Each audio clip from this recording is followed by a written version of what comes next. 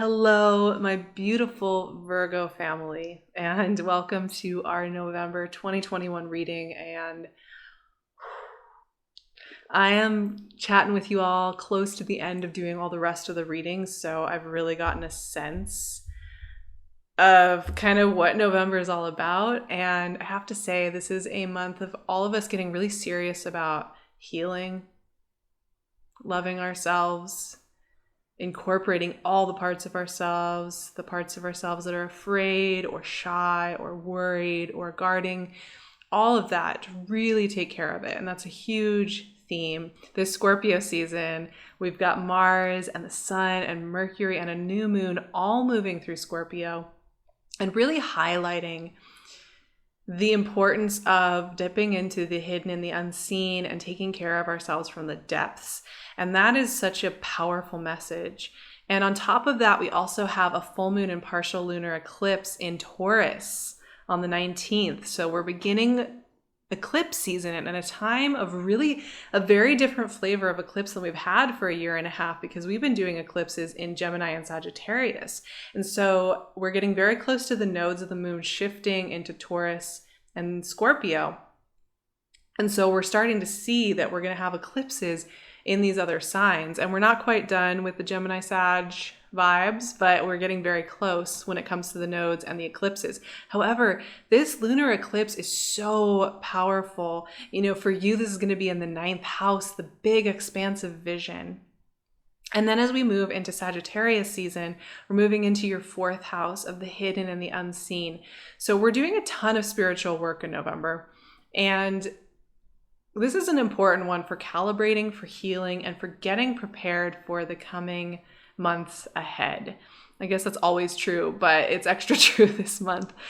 You know, it made me think about, for Virgo, what does it mean to be your truest self, right? Like, what does that even mean? You know, we hear that all the time about being authentic and vulnerable and being your true self. But I find this question to be actually one that takes a bit of practice and a bit of checking in to figure out, because we have to differentiate between where we're putting pressure on ourselves and where we are naturally wanting to flow. We're having to differentiate between the dreams and the its and the goals and the things that we're supposed to want that have been told us so much that it feels like it's coming from within, and the things that we truly want.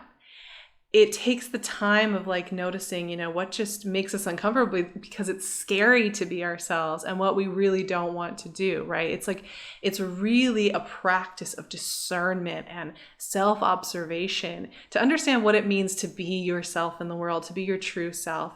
But one of the messages that came up, and I do think that this Scorpio and Sag season for Virgos is going to be a lot about how you want to more deeply enact who you truly are, including not needing to act all the time, including the places where you want to do less acting, where you want to be less in performance mode, where you want to be less in holding it all together mode, right?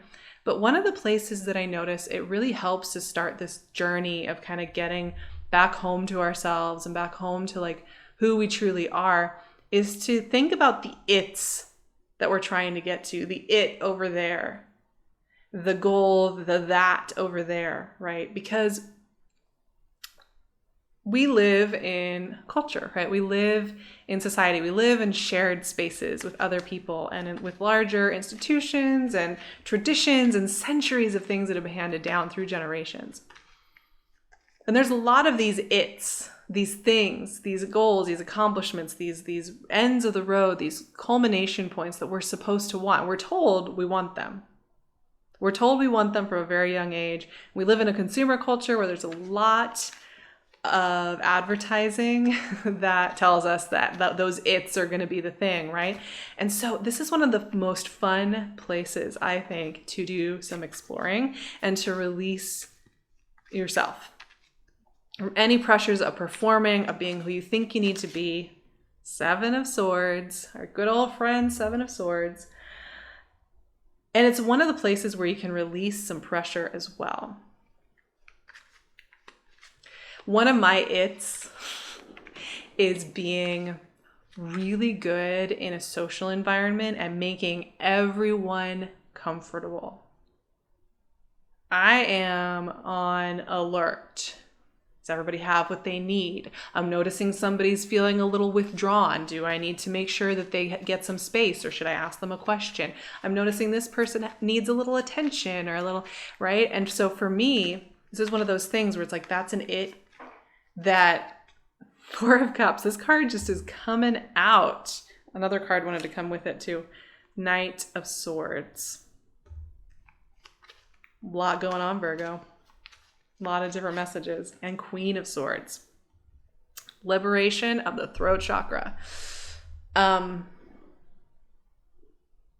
So yeah, I'm sitting in a group of people, and one of the its that just is so deep in there, you know, it's just been said so many times. It was like one of my survival mechanisms starting young. Got to take care of everybody in the group. When I question that I realize I just kind of want to sit and observe a lot. I do care about people. I want to check on them, but I don't actually want to be that.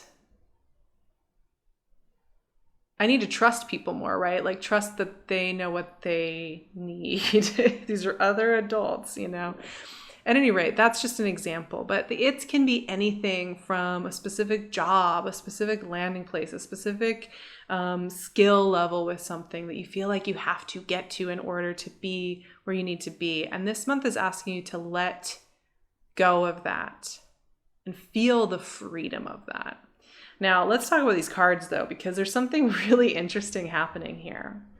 The first thing I would say before we even get into any of the specific ones is that it's important that you say what you mean this month. And it's not I actually kind of think of Virgos as some of the people who say what they mean. It's not really an issue in this area. But I think this can be really subtle. There are places where we shut our voice down, or where we shut to ourselves even, right? Like places where we don't even let ourselves ask or get curious, right? We say, oh no, I can't do that right now. And that's where it starts, right? So this is about really letting yourself say what you mean. I'm really a fan of morning pages. And I know a lot of you probably are as well. I know many of you have done The Artist's Way. It's a great book, which is just a practice of writing in the morning. And I just let myself say whatever I want, even if it's taboo, even if it's something that, if it's something like if I'm feeling frustrated or annoyed with something that I should be grateful for, I let myself write it out, because in letting it out, it somehow changes. So anyway, that's a message that's coming through. So 7 of Swords and 4 of Cups. This is such an interesting combo. To me, the 7 of Swords represents a few things. It's one of those cards where we feel like we are not allowed to outright want or do or be the thing that we want to be. So we feel like we have to do it we have to sneak around, right? We have to kind of hide our desires. It's kind of like when you have a talent or something, but everybody knows you as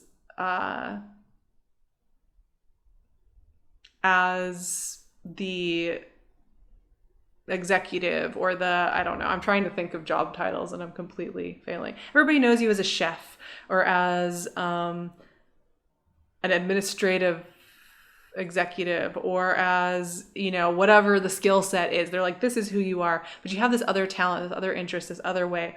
And it's like you are scared to tell your friends in your community about it because they're going to be like, well, you can't be two things at once. So you kind of sneak around. You have a secret website and you're doing work and there's people from out of town who know about it, right? That's 7 of Swords. It's that place where we kind of lock ourselves down, or where we say, oh, I'm not allowed to do that. I have to sneak around. This is also a card that I think it makes me think about how we shut down our own vision in order to try to fit in. And the 7 of Swords starts to kind of manifest as this part of ourselves that kind of wants to sabotage and change things. And, it's important to pay attention to this part of ourselves that wants to be free, that wants to express itself openly, that wants to feel worthy of itself. And that's where 4 of Cups comes in, because this is a card of reflection. This is a card of preparing ourselves to be open enough to receive that 4th cup.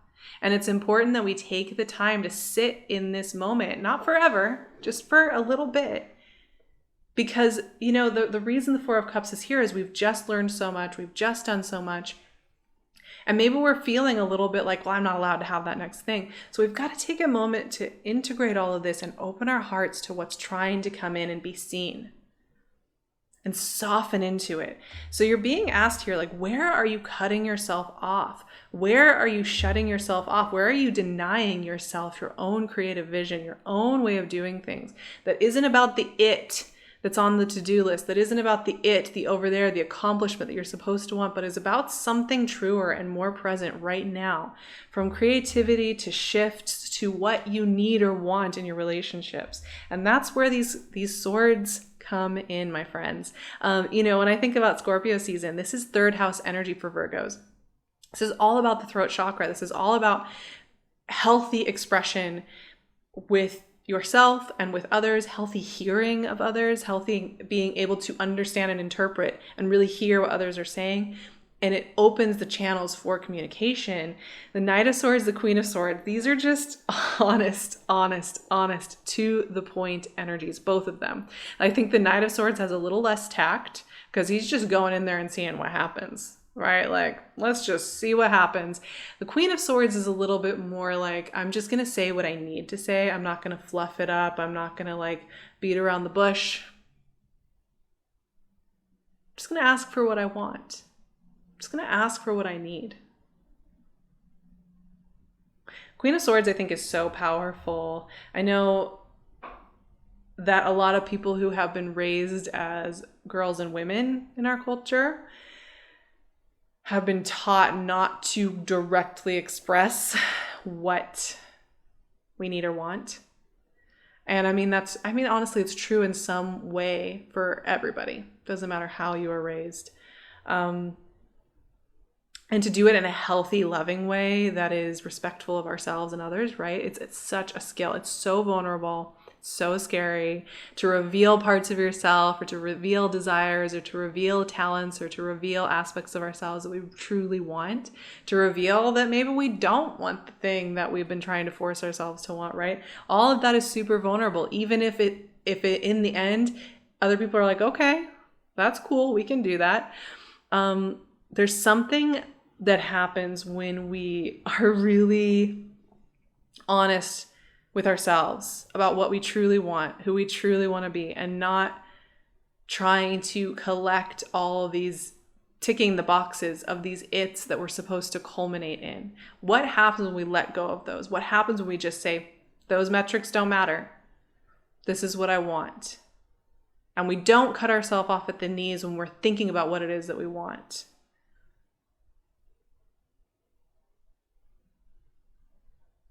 Right? Sounds simple, takes practice. And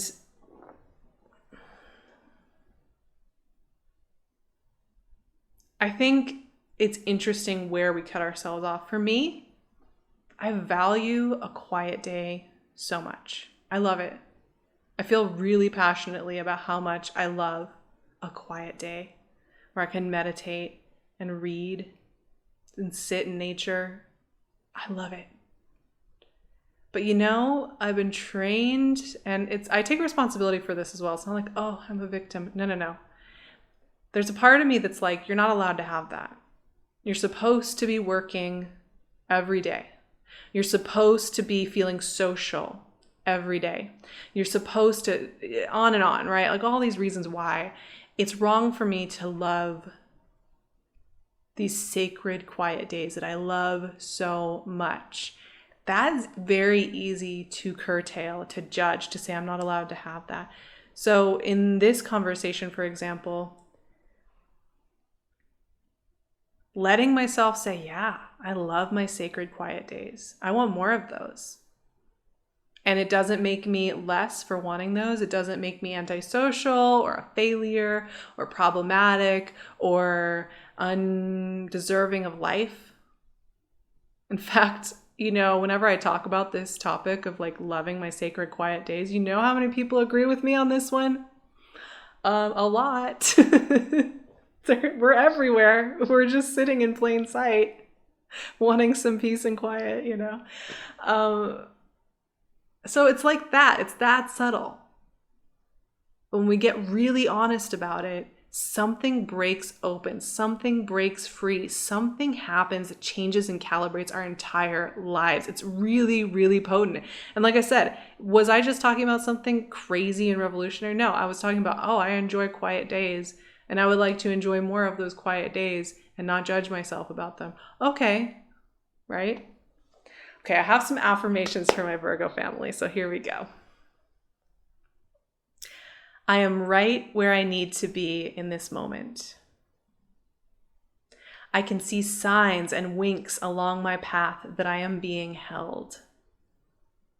I can feel that my path is awakening within me. When I rest, I am more able to take responsive, clear, focused action. Because I do feel, we're talking about this, and I'm talking about honesty, and I'm talking about not worrying about the it's and the things that we're supposed to want to accomplish. That type of really deep, earthy honesty with ourselves awakens new paths, awakens new timelines, awakens new energies. And I think that's where Virgos are right now. It's a really, really potent, beautiful, beautiful time. And I didn't bring this up earlier, and we're running out of time here, but Neptune's this is the last month of Neptune retro in Pisces, and it will go direct on December 1st. But we also have Jupiter will be moving into Pisces in 2022. And this is going to be really great for Virgos. It's going to expand and connect you to a whole bunch of new, beautiful things. And I'm so excited to see what happens with that. So we are getting prepared for some new energies, and this is a great month to get really honest about how you want to connect in with this greater collective shift, right? So if you're looking for support on all of these topics, I would love to see you on my Patreon. We go deep on so many topics, all the big questions about North Node shifts and eclipse season and how to close out this beautiful year and how to get more in touch with ourselves. It's a really, really great space. I'm really proud of it. It's also the way that I'm able to keep showing up here and doing this work. So it really helps me out, and it allows me to help you out more. So it's just one of my favorite things in the world. So I'd love to see you there. I'd also love to see you on my Instagram at Vrba or on my website. So I'll leave all of my links below so you know where to find me. I love you, Virgo. I love you so, so much. I hope you have a beautiful November, and I will be back so soon to chat with you more.